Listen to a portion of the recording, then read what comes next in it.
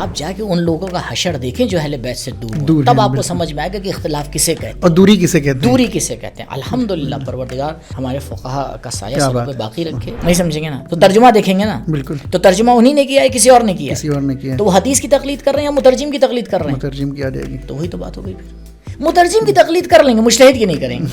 قدیم اخباری اگر برحق تھے تو یہ جو اصولیت ہے جو ابھی 200-250 سال پہلے کی, تو کیوں یہ اپنائی گئی؟ ناظرین السلام علیکم. جیسا کہ آپ جانتے ہیں کہ ہمارا اجتہاد و تقلید پر جو ایپیسوڈ گیا ہے, جو سیریز گئی ہے, اس میں کچھ سوالات آئے ہیں. ان سوال کو ہم یہاں اپنے ان ایپیسوڈ میں کور کر رہے ہیں. اس کے پہلے والے ایپیسوڈ میں بھی ہم نے کچھ سوالوں کو کور کیا. آج کچھ سوال بچے ہیں جو آج کے ایپیسوڈ میں کور ہوں گے, اور جو لوگ دلچسپی رکھتے ہیں اور اگر اپنے سوال کے جواب کو دیکھنا چاہتے ہیں تو وہ ہمارے اس سے پہلے والے ایپیسوڈ میں دیکھ سکتے ہیں, جس کی لنک نیچے ڈسکرپشن میں لگی ہوئی ہے.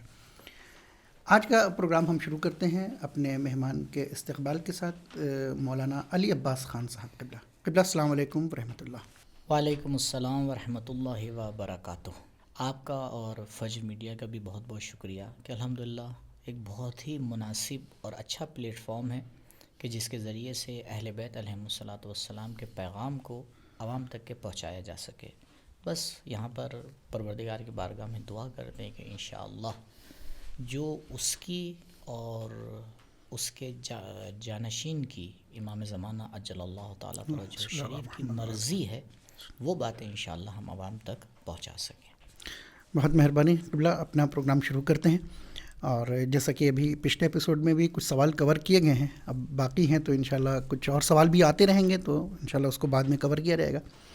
ابھی سوال یہ ہے آج کا پہلا کہ جب مجتہد قرآن و حدیث کے ذریعے سے فتویٰ دیتے ہیں, تمام مجتہد کا طریقہ کار یہ ہے کہ قرآن اور حدیث سے فتویٰ دیتے ہیں, تو ان کے فتووں میں کیوں اختلاف پایا جاتا ہے آخر؟ اعوذ باللہ من الشیطان الرجیم, بسم اللہ الرحمن الرحیم.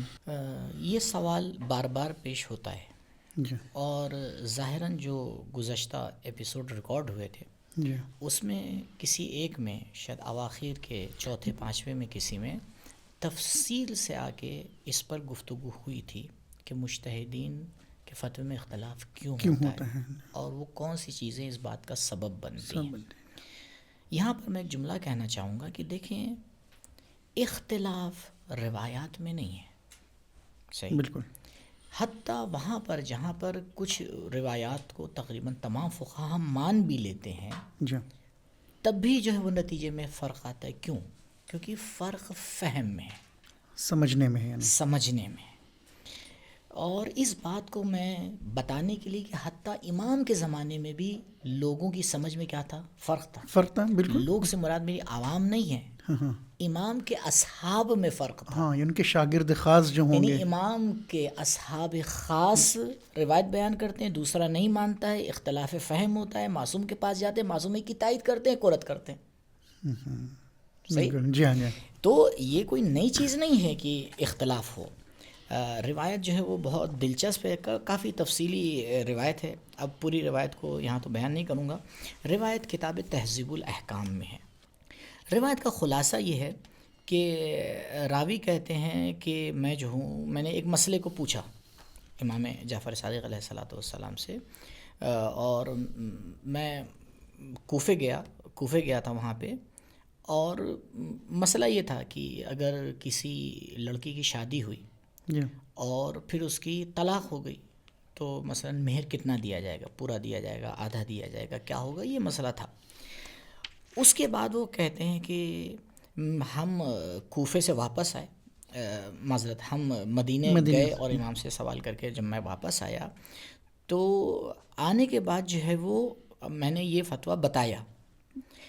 قال زرارہ قلت لہ, تو زرارہ کہتے ہیں کہ میں نے آ کے اس بات کو دوسرے صحابی سے آ کے بیان کیا, تو اس نے آ کے کہا کہ یہ تم کیسی بات کہہ رہے ہو, امام نے یہ بات تقیتاً کہی ہوگی.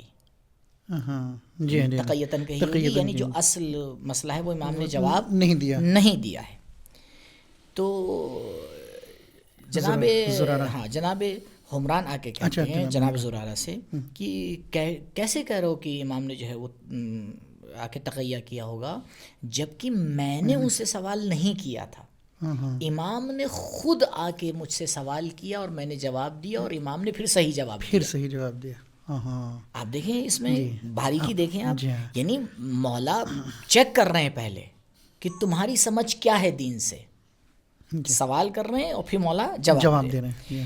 پھر اس کے بعد جو ہے یہ واقعہ ہو جاتا ہے. پھر دوبارہ جب ان لوگ کی ملاقات ہوتی ہے تو مولا وہاں پہ آ کے تائید کرتے ہیں کہ نہیں, یہ یہاں پر جو ہے وہ زرارہ کی بات صحیح ہے, زرارہ کی سمجھ صحیح ہے. اور اس کے بعد امام فرماتے ہیں, یہ ادامِ حدیث دوسری جگہ پہ ہے, مولا فرماتے ہیں کہ فَإِنَّكَ وَاللَّهِ أَحَبُّ النَّاسَ إِلَيَّ وَأَحَبُّ أَصْحَابِ أَبِي حَيًّا وَمَيِّتًا. پھر جب لوگ آ کے کہتے ہیں یا دوسری روایات میں کہ کیوں مثلا آپ نے ان کے لیے یہ باتیں کہی ہیں, تو مولا کہتے ہیں کہ تم میرے بہترین اصحاب میں سے ہو, میرے والد کے بہترین اصحاب میں سے ہو. ہم تمہیں چاہتے ہیں, چاہے ہماری زندگی میں بھی اور ہماری اس دنیا سے جانے کے بعد بھی.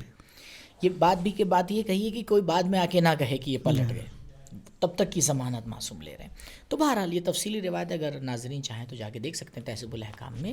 تو حتیٰ امام کے زمانے میں بھی فہم میں کیا ہوتا تھا, اختلاف ہوتا تھا, آج بھی موجود ہے کہ بھئی ایک روایت سے ایک فقیر, اور ہم لوگ نہیں, سیدھی سی بات ہے, آپ قرآن کے 4 ترجمے اٹھا کے دیکھ لیجئے, ہاں سب نے الگ الگ کیا سب نے ایک طریقے سے ترجمہ کیا, کس کا صحیح ہے, سب کا ہی اپنے اپنے اعتبار سے صحیح. آپ وہ ایک اعتبار سے کر رہا ہے, دوسرے اعتبار سے.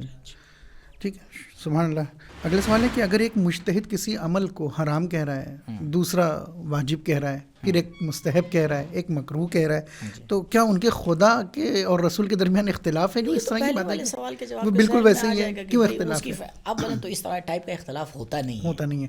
بالکل, ایک واجب کہتا ہے, ایک مستحب کہتا ہے, ایک جو ہے مثال کے طور پر مباح کہتا ہے, ایک مستحب کہتا ہے. اس ٹائپ کے اختلافات ہوتے ہیں جو قابل جم ہیں. کبھی کبھی ہو جاتا ہے کہ بھئی ایک نے حرام کہا اور دوسرے نے مثال کے طور پر جائز کہا, تو وہاں پہ ہو جاتا ہے کہ بھئی ہاں بھئی حرام تو نہیں کر سکتے, جائز ہے تو کر سکتے ہیں. تو وہی فہم کا مسئلہ ہے پہلی بات. تو دوسری بات اسی لیے کہا کہ بھئی آپ جس کی تقلید کر رہے ہیں وہ آپ کے لیے حجت شرعی ہے, آپ اس کی بات کو مانیے, آگے بڑھیے. جی, اور یہیں پہ اضافہ کر دوں, یہ ایسا نہیں کہ صرف آج کے زمانے میں, معصوم کے زمانے میں بھی ایسا ہوا ہے. حتیٰ معصوم نے اپنے ایک صحابی کو خط لکھ کے کہا کہ تمہارے لیے ضروری ہے کہ تم اہل سنت کی طرح وضو کرو, اہل سنت کی طرح وضو, تمہارے لیے ہوگا نا, کیوں, کیونکہ تم ایک خاص سچویشن میں ہو. تو ایسا ہوتا ہے کہ بھائی ہم کیونکہ اس فقیر کی تقلید کر رہے ہیں لہٰذا اس کی بات ہمارے لیے حجت ہے, آپ اس فقیر کی تقلید کر رہے ہیں لہٰذا اس کی بات آپ کے لیے حجت ہے. اور تو بہت سیدھی سی بات ہے کہ کل آپ کو خدا کے سامنے آ کے صرف ایک جملہ کہنا ہے کہ پروردگار تیری حجت نے اس شخص کو میرے لیے حجت بنایا تھا, لہٰذا میں نے دین کے اوپر عمل کیا ہے, صحیح ہے غلط ہے وہ یہ جانے اور تو جانے. اگلا سوال جو ہے وہ ایک مشہور جملے کی بنیاد پر ہے کہ ماتل مفتی ماتل فتویٰ, یہ جو کہا جاتا ہے کہ اس کا اصول کیا ہے, اور جب فتوے قرآن و حدیث سے لیے جا رہے ہیں تو کیا مطلب ہے کہ مفتی مر جائے تو فتویٰ بھی مر جاتا ہے؟ دیکھیے پھر یہ بھی پلٹ رہا ہے اسی سوال کی طرف کہ دیکھیے فتویٰ فہم مجتہد ہے. بالکل, کس کی سمجھ ہے, مجتہد کی سمجھ ہے. ہاں وہ سمجھ رہا ہے. تو ٹھیک ہے, تو جب وہ چلا گیا تو وہ فہم بھی چلی گئی نا. پہلی بات تو یہ مفتی ماتل فتویٰ کوئی حدیث نہیں ہے, مشہور جملہ ہے, اور ایسا بھی نہیں کہ تمام فقہا اس کے اوپر عمل کرتے ہوں.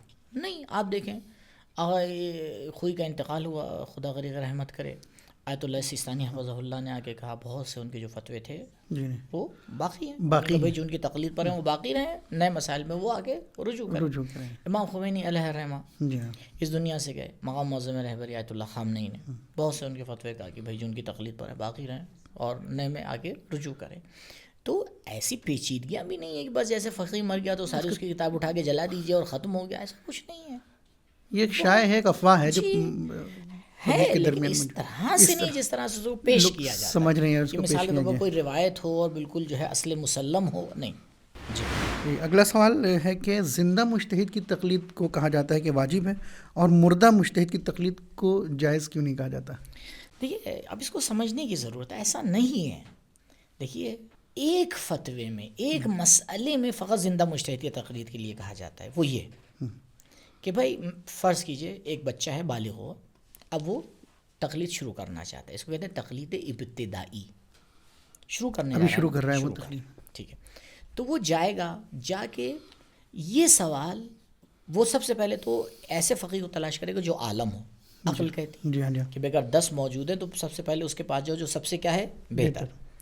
وہاں جا کے دیکھے گا کہ اس نے کیا کہا ہے. اس نے اگر یہ کہا ہے کہ عالم کی تقلید واجب ہے 1، اگر اس نے کہا ہے کہ زندہ مجتہد کی تقلید واجب ہے 2، تو وہیں رک جائے گا. کیوں؟ کیونکہ وہ عالم بھی اور زندہ بھی ہیں جی. لیکن اگر اس نے واقع فتویٰ یہ دیا ہے کہ عالم کی تقلید واجب نہیں. بہت سے فقہا کا فتویٰ ہے کہ عالم کی مجتہد ہونا چاہیے، عالم ضروری نہیں ہے، لہٰذا جتنے بھی ہیں کسی کی بھی تقلید کر سکتا ہے. اگر اس کا فتویٰ یہ ہے کہ تقلید ابتدائی حتیٰ تقلید کی شروعات بھی کسی مردہ مجتہد سے ہو سکتی ہے تو بسم اللہ جا کے کر سکتا ہے. تو صرف ایک جگہ پہ آ کے شروعات کرنے کے لیے آ کے یہ کہا جاتا ہے کہ زندہ کی کرنے ایسا کچھ بھی نہیں ہوتا ہے. تو مسئلہ یہ ہے کہ مسائل سے صحیح سے واقفیت نہیں ہے، مسائل کی باریکی کو جانتے نہیں ہے، لہٰذا آ کے اس طرح کے اعتراضات کر دیتے ہیں. ابھی یہ جو سوال آئندہ آ رہا ہے وہ پہلے والے سے کچھ ربط دینے کی شاید کوشش ہے، یا ممکن ہے کہ ایک ہی شخص ہو یا الگ الگ. کہہ رہے ہیں کہ جو فتوے میں اختلاف ہوتا ہے اس کی وجہ کیا ہے؟ کیا یہی وجہ ہے کہ ثقلین یعنی اہل بیت علیہ الصلوۃ والسلام اور قرآن مجید سے دوری ہے؟ اس کی اصل وجہ یہ ہے جو فتوے میں معذرت کے اختلاف ہے. ساتھ ان سے میں کہوں گا کہ خود احادیث میں اختلاف ہے، کیا کریں گے؟ وسائل الشیعہ اٹھائیں. جی ہاں. وسائل الشیعہ میں کئی مثالیں میں آپ کو یہ بتائیے، ایک خاتون امام جماعت بن سکتی ہے؟ بن سکتی ہے. خاتون امام جماعت بنے. جی. اس چیپٹر کو وسائل الشیعہ میں جا کے دیکھیں، روایات میں اختلاف ہے. صحیح. جی. یا مستحب نماز جماعت کے ساتھ پڑھی جا سکتی ہے، اس میں جا کے دیکھیں. صحیح. غنا میں سے کون کون سی چیزیں مستثنا ہیں، جائے روایات کو دیکھیں. مختلف ہے روایات ایک کچھ کہہ رہی ہے دوسری کچھ کہہ رہی ہے. تو یہاں تو اختلاف کہاں سے نکل رہا ہے؟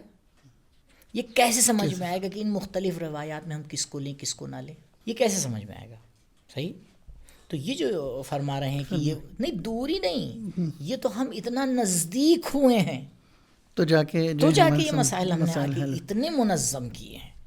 اگر دور ہوتے جو آپ جا کے ان لوگوں کا حشر دیکھیں جو اہل بیت سے دور تب آپ کو سمجھ میں آئے گا کہ اختلاف کسے کہتے ہیں اور دوری کسے کہتے ہیں. دوری کسے کہتے ہیں. الحمدللہ پروردگار ہمارے فقہا کا سایہ سب پہ باقی رکھے اور جو اس دنیا سے چلے گئے ہیں ان کو غریق رحمت کرے، ان کے درجات بلند فرمائے. شکریہ بہت مہربانی. اگلا سوال یہ ہے کہ نہج البلاغہ کے سلسلے میں کہ خطبہ نمبر 18 میں جملہ استعمال کیا اہل رائے کی مذمت کی ہے. جی وہاں پہ تو کیا اجتہاد اسی کے زمرے میں آتا ہے کہ جو اہل رائے ہیں اس کی بھی وضاحت ہوئی تھی تھوڑی سی، البتہ تفصیل سے نہیں ہوتی. دیکھیے اہل رائے ایک اصطلاح ہے اور یہ اصطلاح استعمال ہوتی ہے معصوم کی نظر کے مقابل میں. ہاں جی. اگر ہمارے محترم ناظرین ہمارے فقیہ اعلیٰ مقام جناب شیخ شرف الدین جن کے مناظرے ہیں، جنہوں نے بہترین طریقے سے تشریعوں کا دفاع کیا، انہی نے کتاب لکھی ہے الاجتہاد والنص، اور وہاں پہ وہ روایات کو لے کے آئے ہیں 100 ایسے مقام لے کے آئے جہاں پہ صحابہ نے رسول اکرم صلی اللہ علیہ وآلہ وسلم کی نص کے مد مقابل آ کے اجتہاد کے، اسے رائے کہتے ہیں. یعنی معصوم کے قول کے خلاف. اور اس کی مذمت ہمارے فقہا جم کے کرتے ہیں. فقیہ کا فتویٰ کسی بھی مسلم حدیث کے خلاف ہو نہیں سکتا. بھئی اگر مسلم حدیث ہے تو پھر وہاں پہ اجتہاد کرنے کی کیا ضرورت ہے؟ مشخص ہے کہ معصوم نے کیا کہا ہے. لہٰذا یہ بات جو کہی جا رہی ہے یہ اس سے اس کا کوئی ربط ہے ہی نہیں. چلتے ہیں اپنے اگلے سوال کی طرف. یہاں یہ فرما رہے ہیں کہ اگر امام زمانہ عجل اللہ تعالیٰ فرجہ الشریف کے دور غیبت میں تمام شیعان علی تقلید چھوڑ کر صرف قرآن و حدیث سے پر عمل کریں تو کیا دین ناقص رہ جائے گا؟ بے شک کر ہی نہیں پائیں گے. کیسے کریں گے یہ بتائیے؟ سب مل کے قرآن و حدیث پہ عمل کریں گے نا، جی تو مثلا سب کو ایک ہی بات سمجھ میں آئے گی؟ نہیں. بھئی سوال تو یہی ہے کیسے عمل کریں گے. کیسے عمل کریں گے؟ بالکل. اور بدتر ہو جائے گا معاملہ. کیوں؟ کیونکہ وہ کہے گا میری یہ سمجھ میں آ رہا ہے، وہ کہے گا میری یہ سمجھ میں آ رہا ہے، وہ کہے گا میری یہ سمجھ میں آ رہا ہے. تو ہو گیا اختلاف، تو اور اختلاف بڑھے گا، اور زیادہ اختلاف ہوگا. بالکل سبحان اللہ، بہت اچھا جواب دیا. یہ تو بالکل آپ ایک دم اور نظام کو بگاڑے دے رہے ہیں. یہ کون سی بات ہوئی؟ مثال کے طور پر یہ بتائیے، قرآن و حدیث تو بہت بالا چیز ہے. ایک ملک کا قانون جو لکھا ہوا ہوتا ہے ہر انسان سمجھ جاتا ہے؟ اگر سمجھ جاتا ہے تو وکیل کیوں لیتے ہیں پھر؟ بالکل. اگر آپ کو ہندوستان کے، پاکستان کے، فلاں ملک کے لکھے ہوئے قانون کو پڑھوا دیا جائے اور آپ سے کہا جائے بتائیے یہ اس کی ترجمانی کریے، ہر آدمی نہیں کر پائے گا. نہیں کرتا. ہر فیلڈ کی ایک زبان ہوتی ہے، بالکل ایک طریقہ بیان ہوتا ہے، ایگزیکٹلی. اس کو سمجھنے کی ضرورت ہوتی ہے. آپ سب کو اجازت دے دی، کیسے سمجھیں گے؟ صبر بھی سمجھ لیں گے؟ نہیں سمجھیں گے نا، تو ترجمہ دیکھیں گے نا. بالکل. تو ترجمہ انہی نے کیا ہے کسی اور نے کیا ہے؟ کسی اور نے کیا. تو وہ حدیث کی تقلید کر رہے ہیں یا مترجم کی تقلید کر رہے ہیں؟ مترجم کی آ جائے گی. تو وہی تو بات ہو گئی. پھر مترجم کی تقلید کر لیں گے، مجتہد کی نہیں کریں گے. بالکل سبحان اللہ. بہت عمدہ جواب دیا آپ نے. چلتے ہیں چونکہ وقت بھی زیادہ ہو رہا ہے اور ہمارے سوال جو ہیں وہ تقریباً ختم ہونے والے بھی ہیں. اور گزارش ہے ناظرین سے کہ اگر آپ لوگ پروگرام دیکھ رہے ہیں، آپ کے ذہن میں بھی سوالات ہوں تو ہمارے کمنٹ باکس میں ضرور اپنے سوال کو بھیجیں، انشاءاللہ اس کو کور کیا جائے گا. اگلا سوال یہ کہ جب اخباری مکتب ہے پہلے سے موجود تھا تو اجتہاد دین میں بعد میں کیوں داخل کیا گیا؟ یہ ثابت کریں اخباری کے پہلے سے موجود تھا. ہم تو ثابت کر چکے اجتہاد جو ہے وہ چھٹے امام علیہ الصلوۃ والسلام کے زمانے سے موجود تھا. اخباری ثابت کریں کب سے موجود تھے بھائی.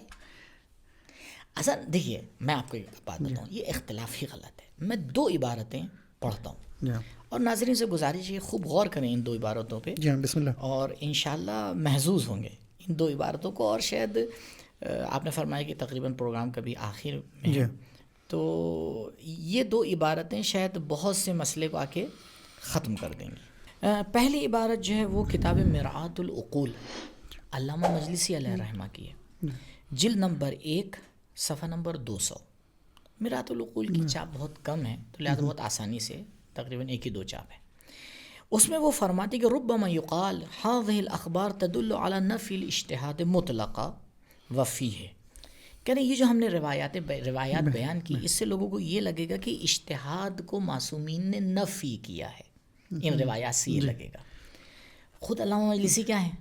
اخباری ہیں. جی بسم اللہ، اخباری کی روایت بیان کر رہا ہوں. وہ فرماتے ہیں وفی ہے، جبکہ ایسا نہیں ہے. ان للمحدثین ایضا نوعا من الاجتہاد، خود اخباری اور محدثین بھی اجتہاد کرتے ہیں. یقع منہم الخطا والصواب، بالکل، اور اس میں وہ خطا بھی کرتے ہیں اور صحیح فتوے بھی دیتے ہیں. ولا محیص لہم عن ذالک، اور اس کے علاوہ کوئی اور چارہ بھی نہیں ہے. یہ علامہ مجلسی کی عبارت ہے مرآۃ العقول میں. اجتہاد کے علاوہ کوئی اور چارہ نہیں ہے ہی نہیں. یہ علامہ مجلسی فرما رہے ہیں، ہم نہیں کہہ رہے ہیں. دوسری عبارت محدث کبیر محدث بحرانی. محدث بحرانی بہرحال بزرگ شخصیت ہے. ان کی کتاب الدرر النجفیہ میں جلد نمبر 3 صفحہ نمبر 297 پہ یہ عبارت موجود ہے. کیا فرماتے ہیں؟ ان المجتہدین یحصرون الرعیۃ فی الصنفین. کہنے دیکھیں جو لوگ اجتہاد کرتے ہیں وہ لوگوں کو 2 حصوں میں آ کے تقسیم کرتے ہیں، مجتہد اور مقلد. انک قد عرفت فی جواب الوجہ الثالث کہ ان الناس فی زمن الغیبت، جو ہم نے وجہ ثالث یعنی تیسری وجہ ہم بیان کر رہے تھے اور تفصیل سے بیان کی، وہاں جو ہم نے بیان کیا اس سے تمہاری سمجھ میں آیا کہ زمان غیبت میں پبلک 2 حال سے خارج نہیں تھی. لا یخرجون عن القسمین المذکورین، صرف 2 ہی قسمیں ہوتی ہیں، یا مجتہد ہوگا یا مقلد ہوگا. سواء عبر عن ذینک القسمین بلفظ مجتہد و مقلد اور بلفظ عالم و متعلم اور لفظ فقیہ اور متفقہ، اذ لا مشاحۃ فی التسمیہ. یہ عبارت بہت پیاری محدث بحرانی کی. کہہ رہے چاہے تم اس کو ایک کو مجتہد کا نام دو، دوسرے کو مقلد کا نام دو، ایک کو عالم کا نام دو، دوسرے کو متعلم کا نام دو، ایک کو فقیہ کا نام دو، دوسرے کو متفقہ کا نام دو. وہ فرما رہے الفاظ میں ہماری لڑائی نہیں ہے. زمان غیبت سے لے کے آج تک پبلک 2 ہی قسمیں تقسیم ہوتی ہے، یا مجتہد ہے یا مقلد ہے. اذ کان المعنی واحدا، کیونکہ ان سب الفاظ کا معنی کیا ہے؟ ایک ہی ہے. اور ابھی اس سے پہلے کہ جو آپ نے جو سوال کیا اس میں نے آپ سے عرض کیا کہ ہم آ کے ثابت کر رہے ہیں کہ مفتی فتویٰ دینے والا مجتہد امام کے زمانے میں موجود تھا. روایت کو اگر دیکھنا ہے تو رجال نجاشی میں صفحہ نمبر 10 پہ روایت موجود ہے، جس میں فرماتے ہیں آبان ابن تغلب کے بارے میں. یاد ہوگا اس سے پہلے والے ایپیسوڈ میں نے فقہا کا جب نام گنایا تو اس میں ایک نام جناب آبان کا تھا. مولا فرماتے قال لہ ابو جعفر، جناب آبان سے امام باقر علیہ السلام نے فرمایا اجلس فی مسجد المدینہ. مدینے کی مسجد میں جا کے بیٹھو، حکم فرما رہے مولا اجلس، حکم فرما رہے بیٹھو، کیا کرو؟ وفتِ للناس، لوگوں کو فتویٰ دو، یعنی لوگوں کے لیے فتویٰ بیان کرو، فتویٰ دو. فإنی احب ان یرا فی شیعتی مثلک، الحمدللہ، کیا بات ہے. میں چاہتا ہوں کہ میرے شیعوں بھی تم جیسے ہوں. بالکل مولا چاہتے ہیں کہ فقہا ہوں، ہم چاہتے ہیں کہ فقہا. اب آپ بتائیے، ہم معصوم کے کہنے پہ چل رہے ہیں یا غیر معصوم کے کہنے پہ چل رہے ہیں؟ بالکل معصوم کہنے پہ چل رہا ہے. کان الرضا علیہ السلام یشیر الیہ فی العلم والفتیہ، کس کے بارے میں؟ جناب یونس ابن عبد الرحمن کے بارے میں ہے کہ امام رضا علیہ السلام ان کو سکھاتے تھے فتویٰ دینا اور علم کے ابواب. مولا ان کو سکھاتے تھے یہ ساری چیزیں، اور بہرحال اس طرح کی روایت ہمارے پاس موجود ہے. کیا بات ہے، سبحان اللہ، بہت ہی عمدہ، بہت ہی مفصل اور بہت مدلل. چلتے ہیں اگلے سوال کی طرف. یہاں یہ فرما رہے ہیں کہ قدیم اخباری اگر برحق تھے تو یہ جو اصولیت ہے جو ابھی 200-250 سال پہلے کی، تو کیوں یہ اپنائی گئی؟ کیوں جو قدیم؟ تو جواب دے دیا کہ اصلا ایسا کچھ نہیں ہے، ہمیشہ سے اصولی پہلے سے رہے ہیں، اختلاف روش میں رہا ہے، کسی کی روش کچھ تھی، کسی کی روش کچھ تھی، اور یہ روش ان کی مستدل تھی، مستند تھی. جی معاف کیجیے گا، چونکہ سوال آیا ہے اور ہم نہیں چاہتے ہیں کہ یعنی ہمارے ویورز یہ کہیں کہ ہمارا سوال نہیں پڑھا گیا. کبھی کبھی ایسا ہوتا ہے کہ ہمارا سوال، جبکہ اگر وہ غور فرمائے ان کی دلجوئی بھی بہت ضروری ہے، کیونکہ وہ یہ نہ سمجھے کہ ہمارا سوال گیا تو اس کو ہوا میں ان لوگوں نے اڑا دیا. اچھا ہے کہ کم سے کم تفصیل ہوگی، کافی سوالات ہوگا، اور دیکھا آپ نے کہ کتنے سوالات ملتے جلتے. جی ہاں، ملتے جلتے ہیں، کافی سوال ملتے جلتے ہیں. اگر ممکن ہوتا ہم اس سوالوں کا خلاصہ کرتے تو شاید مثال کے 20-25 منٹ میں یہ سارے سوالوں کا جواب ممکن تھا، لیکن بہرحال ہم معاف کیجیے گا، آپ کو زحمت ہو رہی ہے، لیکن بہرحال ذمہ داری ہمارے ناظرین جو ہیں، ہمارے ویورز منتظر ہیں کہ ان کا سوال کب آئے گا. جی. ہم چلتے ہیں آج کے آخری سوال کی طرف. یہاں یہ پوچھ رہے ہیں کہ کیا اجتہاد کی ترویج عوام کو مجتہد کے حق میں کرنے کے لیے یا خمس کا مال جمع کرنے کے لیے؟ اللہ اکبر. شاید یہ لوگ ہمارے فقہا کی زندگی سے واقف نہیں ہیں. جی قبلہ آیت اللہ سیستانی حفظہ اللہ، وہ انسان عظیم خمس کا اپنے لیے استعمال کبھی نہیں کرتا. جو نقل ہوا ہے، جو بتایا گیا ہے اور موثق لوگوں نے بتایا ہے، جو خود ان کو لوگ آگے کوئی ہدیہ دیتے ہیں یا جو ان کا خود اپنا ذاتی گھر ہے، بعض فقہا کا اس سے جو کرایہ آتا ہے اس سے وہ اپنی زندگی چلاتے ہیں. کاش ہمیں توفیق ہو کہ ایک بار ہم آ کے اپنے فقہا کی زندگی اور رہن سہن آ کے دیکھیں، تب ہمیں سمجھ میں آئے گا. ان کے پاس جو عظمت اور جلالت ہوتی ہے وہ خدائی ہوتی ہے، خدا دادی ہوتی ہے. ان کے پاس سلطانوں کی طرح جو ہے وہ زرق اور برق اور تاج اور تخت کی جو ہے وہ طاقت نہیں ہوتی ہے، اس کے محتاج بھی نہیں ہوتے. یہ محتاج نہیں ہے. یہ کیا بات ہے، سبحان اللہ. آپ امام خمینی علیہ الرحمہ کی زندگی اٹھا کے دیکھیے، کتنی سادہ زندگی ہے. آیت اللہ خامنہ کی زندگی اٹھا کے دیکھیے. ابھی کچھ دن پہلے آیت اللہ خامنہ کی ایک تقریر آئی تھی، تو اس میں کیمرہ مین نے فوکس کر کے ان کے کرتے کو، یہ اس کے نیچے کرتا پہنے، اس کی تصویر لی تھی. اگر آپ کو ملے تو آپ کو پتہ چلے گا کہ وہ اس میں دھاگے نکلے ہوئے تھے. یعنی اس قدر اس کو انہوں نے پہنا تھا کہ وہ بوسیدہ ہو گئی تھی، بوسیدہ ہو گیا تھا. ہمارے فقہا اس طرح سے زندگی کرتے ہیں. اگر وہ خمس لے بھی رہے ہیں تو وہ اس لیے تاکہ وہ مستحق تک پہنچائیں، اور ایک ذمہ داری ہے ان کے اوپر. کون آج کے زمانے میں ذمہ داری لیتا ہے؟ بتائیے. آپ کسی کو 10 روپے دیجیے کہ بھیا تمہاری ذمہ داری اس کو پہنچا دو، 10 بار منع کرے گا. یہ آ کے قوم کے مسائل کو حل کرنا، اس کے لیے اپنے آپ کو خدا کے سامنے ذمہ دار بنا دینا، یار ایک کے بس کی بات نہیں ہے. اس لیے آپ دیکھیے ہمارے فقہا، پروردگار انہیں سلامت رکھے، ان کے لیے جتنی ہم دعا کریں کم ہے، جتنی ہم دعا کریں اتنی کم ہے. کیوں؟ کیونکہ یہ غیبت کے زمانے میں تشیع کی باغ ڈور کو سنبھالے ہوئے ہیں. روایات میں پڑھ چکا ہوں، مولا نے فرمایا یہ حصون ہے، یہ قلعے کی طرح ہیں. ہمارے علماء قلعے کی طرح ہیں. آپ بتائیے اگر قلعے کی دیواریں ڈھہ جاتی ہیں تو کیا بچتا ہے؟ کچھ نہیں، دشمن آگے. اس لیے آپ دیکھیں ایک شخص، خدا غریق رحمت کرے، سید حسن نصر اللہ، کیا بات، کیسے احساس ہوتا ہے کمی کا؟ بالکل ہوتا ہی نہیں ہوتا. بالکل. آج دشمن فقیہ تھا، عالم تھا. اس لیے ہمیں، اگر ہم واقعا اہل بیت علیہم الصلوۃ والسلام کے چاہنے والے ہیں، اگر ہم صحیح میں تشیع اور شیعت کو بچانا چاہ رہے ہیں، تو ہمیں اپنے ذاتی اختلافات سے ہٹ کے سمجھنا چاہیے کہ کہ حقیقت کیا ہے اور کس کی پیروی کرنا چاہیے اور کس کے پیچھے چلنا چاہیے. سبحان اللہ سبحان اللہ، بہت عمدہ. قبلہ بہت شکریہ ادا کرتے ہیں اپنی پوری ٹیم کی جانب سے، آپ نے بہت زحمت کی. میں بھی اپنی طرف سے آپ کا اور تمام ناظرین کا شکریہ ادا کرتا ہوں، اور جن لوگوں نے سوال کیا ہے. دیکھیے، جس نے سوال کیا ہے اس کا مطلب یہ کہ اس نے وقت لگایا ہے، پروگرام کو دیکھا ہے. جی تو یہ خود دیکھنا یعنی اس کے اندر دین کا جذبہ ہے، بالکل، وہ دین کو سمجھنا چاہ رہا ہے. ایگزیکٹلی. ابھی ہماری ذمہ داری ہے کہ اگر پیاسا آ رہا ہے تو اس کی پیاس کو ہمیں بجھانا چاہیے. بالکل. لہٰذا یہ ادنا سی کوشش ہے.